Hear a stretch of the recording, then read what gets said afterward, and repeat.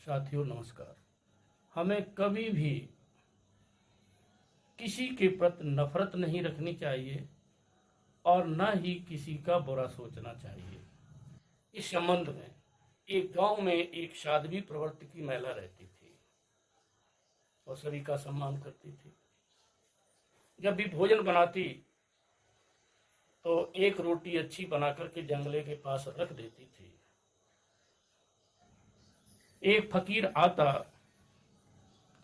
और रोटी उठाता, उसके बाद वो कहता था कि गलत कर्म आपके साथ रहेंगे और अच्छे कर्म वापस लौट कर आएंगे।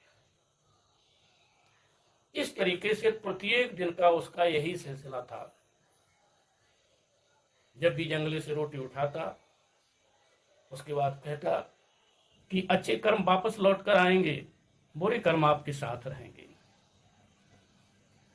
वो साध्वी महिला उस फकीर की बात प्रतिदिन सुना करती थी। एक दिन उसके दिमाग में विचार आया कि ये फकीर यहां से रोटी ले जाता है, कम से कम उसे कोई दुआ तो देनी चाहिए, और ये दुआ नहीं दे रहा है, हमारे बारे में कुछ भी अच्छा नहीं कह रहा है। तो उसके मन में एक योजना आई कि प्रतिदिन हमारी रोटी ले जाता है, आज हम इसकी एक रोटी में जहर मिलाकर इसे रोटी बना दें। जैसा उसके मन में विचार आया उसने किया।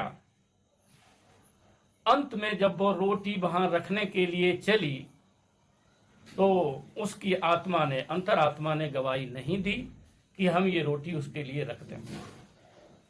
रोटी वापस लाती है और चूल्हे में उस रोटी को डाल देती है, वो रोटी जल जाती है। उसके बाद वो प्रत्येक दिन के अनुसार अच्छी रोटी बना के और उसी जंगले के पास रख देती है। फकीर आता है, रोटी उठाता है और कहता है कि अच्छे कर्म वापस लौट कर आएंगे, बुरे कर्म आपके साथ रहेंगे। चला जाता है। जब तक गली में जाता है तब तक वो यही कहता रहता है और उसके बाद गांव निकलने के बाद वो शांत हो जाता था। तो जब उस दिन उस महिला ने जहर की रोटी न देके उससे अच्छी रोटी दी और इधर उस महिला का लड़का नौकरी की तलाश में बाहर शहर गया हुआ था, जो भी पैसा उसके पास था खर्च हो गया, इधर उधर तलाश करता रहा, उसे कहीं रोजगार नहीं मिला। एक जगह एक कारखाने में उसे जगह मिली, वहां भी ये कह दिया गया कि 15 दिन बाद आप आइए। जो भी पैसा ले गया था सारा पैसा खर्च हो गया। तो उसने सोचा कि 15 दिन का टाइम मिल रहा है, चलो घर पर चलते हैं, और इधर पैसा 3 दिन पहले से पैसा खत्म। उसे रोटी नहीं मिली और वो बेचारा 3 दिन से भूखा अपने गांव के रास्ते पर पैदल ही चला आ रहा था। एक पेड़ के नीचे उस पर नहीं चला गया क्योंकि उसे बहुत तेज भूख लगी थी। वही फकीर तब तक वहां पहुंचता है वो रोटी लिए। जब उसने देखा कि ये लड़का इस तरीके से बेहोश हो गया है, उसे पूछा क्या बात है। उसने कहा कि मुझे जो है 3 दिन से भोजन नहीं मिला और अब हमसे चला नहीं जा रहा है, शरीर हमारा बहुत कमजोर हो गया है। तो वो रोटी उस फकीर ने उसे दे दी और उसके कमंडल में जो पानी था उसने उसे पानी दिया।